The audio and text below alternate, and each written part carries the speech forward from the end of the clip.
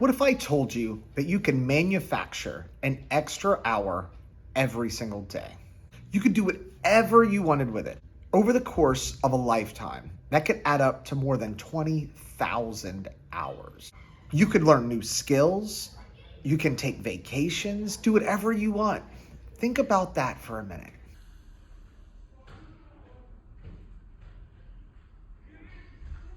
Now, you're probably saying, Shawn, that's impossible. There's no way to manufacture more hours in a day. There's 24 hours, that's it. And until Elon Musk somehow makes time travel possible, which he probably will, we're stuck with 24 hours in a day. Okay, now that I have your attention, how do we do it?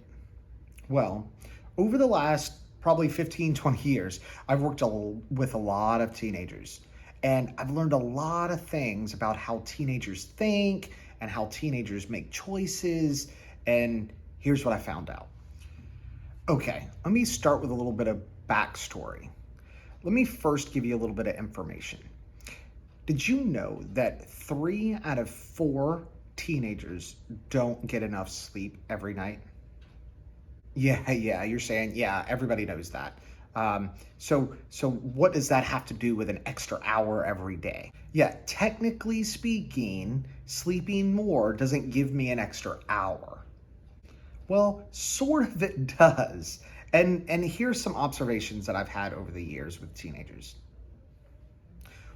First, most teenagers lack a consistent routine in their sleeping habits. Some nights they stay up late to like 1, 2 o'clock in the morning, just playing video games or, studying for a test or doing a late night project because they've been procrastinating. While on some days they come home from school and, like at 3, 4 o'clock in the afternoon, because they're exhausted, they fall asleep and they sleep all the way until the next day. And it's not benefited by all the stress that teenagers have to deal with in today's world. Another thing that I've witnessed is that teenagers think that on the weekends they can catch up on their sleep. And this is just a myth. You can't do it. If you've ever tried it, you realize it doesn't work.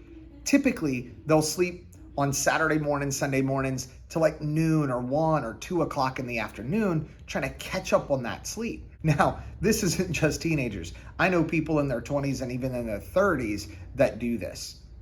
Another problem that I see is a lot of teenagers stay up late watching TV, playing video games, looking on social media, YouTube, kind of like you are right now.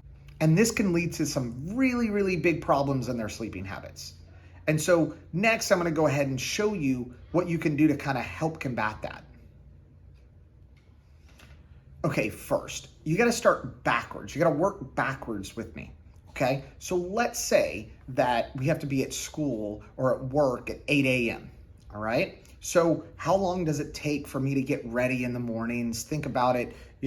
Maybe you do, you wake up, you take a shower, you get dressed, you eat some breakfast maybe, and then you're able to go off to work. So how long does that take you? Let's say about an hour. So you need to be awake no later than 7 a.m. So if you subtract 8 hours from that, that's 11 p.m. the night before. Sticking with me? Okay. So if you need to be in bed by no later than 11 p.m. in order to wake up by 7 a.m., and then get ready to go to school at 8 a.m., then you need to have a bedtime kind of routine that starts at 10:30, no later than 10:30, sometimes even 10 o'clock. And you need to make sure that routine involves not watching TV, not playing video games, and not looking at social media on your phone. This time is reserved to, maybe take a shower to relax, read a book, do some meditation, listen to some relaxing music, just veg out for the next 30 minutes or so to kind of put yourself in the mood in order to go to sleep. Another thing that I hear from teenagers all the time is that their room is full of all different types of distractions. Their TV's in there, their computer's in there, their iPad, their phone, their video games, everything is in their room because that's where they live. They live in their room. So we need to take all that stuff and either get it out of the room or turn it all off, okay? We need to make sure none of that stuff is providing us any kind of distractions during that time that we're trying to make sure that we're ready to go to sleep.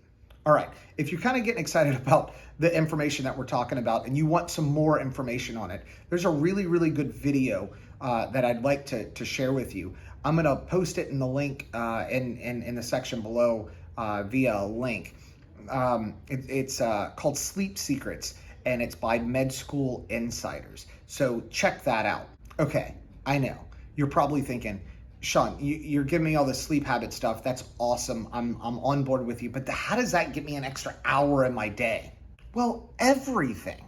By getting your sleep routine consistent and not trying to catch up on the weekends and making sure you get rid of all the distractions, what you're doing is providing yourself an opportunity to be more productive during your waking hours.